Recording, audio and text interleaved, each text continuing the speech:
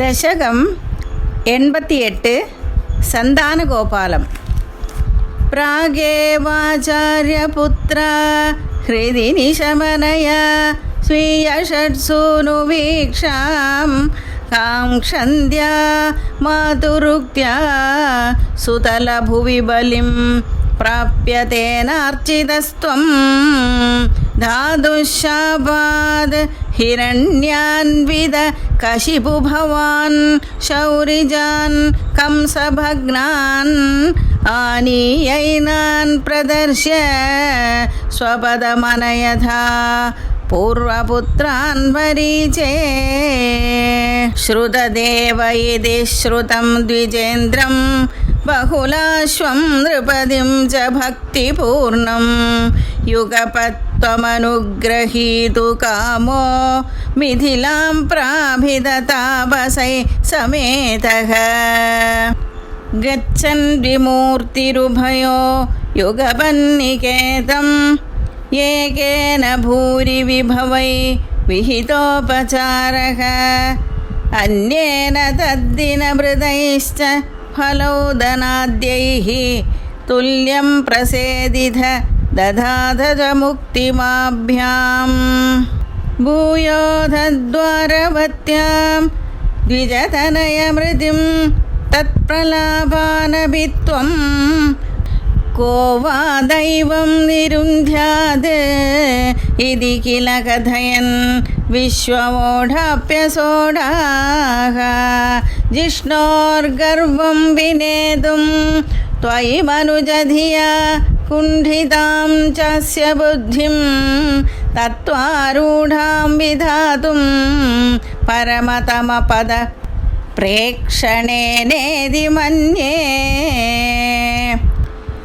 नष्टा अष्टास्य पुत्रा पुनरविधवधूपेक्षया कष्टवादः स्पष्टो जातो जनानाम् अथ तदवसरे द्वारकामारपार्थः मैत्र्या तत्रोषितोऽसौ नवमसुतमृतौ विप्रवर्यप्ररोदं श्रुत्वा चक्रे प्रतिज्ञाम् अनुपहृतसुत सन्निवेक्ष्ये कृशानुं मानीसत्त्वामपृष्ट्वा द्विजनिलयगतो बाणजालैर्महास्त्रैः रुन्धानः सूतिकेहं पुनरपि सहसा दृष्टनष्टे कुमारे याम्यामैन्द्रीं तथान्या सुरवरनगरीर्विद्यया साध्य सद्यो मोक्षोद्योग प्रदिश्यन् हुतभुजि भवता सस्मितं वारिधोऽभूत् सार्धं तेन प्रदीचिं दिशमधिजविना स्यन्दनेनाभियातो लोकालोकं व्यतीतः तिमिरपरमधो चक्रधाम्ना निरुन्धन् चक्रां शुक्लिष्टदृष्टिं स्थितमथ विजयं पश्य पश्येति वारां पारे त्वं प्राददर्शः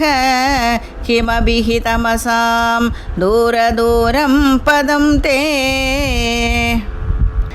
तत्रासीनं भुजङ्गाधिप शयनतले दिव्यभूषायुधाद्यैः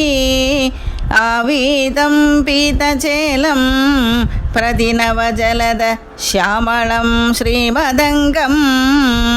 मूर्तीनामीशितारं परमिह तिसृणाम् एकमर्थं श्रुतीनां त्वामेव त्वं परात्मन् प्रियसखसहितो नेमिध क्षेमरूपम् युवां मामेव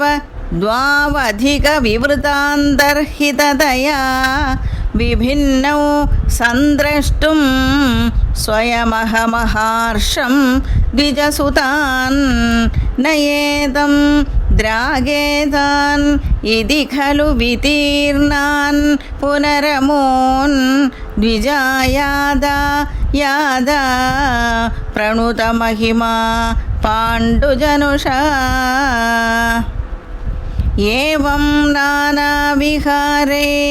ജഗദഭിരമയൻ വൃഷ്ണിവംശം പ്രപുഷ്ണन् ഈജാനോ യജ്ഞഭേദൈഃ അതുലവിഹൃതിഭിः പ്രീണയന്നേണ നേത്രാः ഭൂഭാരക്ഷേപദംഭാത് പദകമലജുഷാം മോക്ഷണായാവതീർണഃ പൂർണ്ണം ബ്രഹ്മൈവ സാക്ഷാത് യദുഷു മനുജതാ രൂഷിതസ്ത്വം വ്യലാസീഃ പ്രായേണ ദ്വാരവത്യാം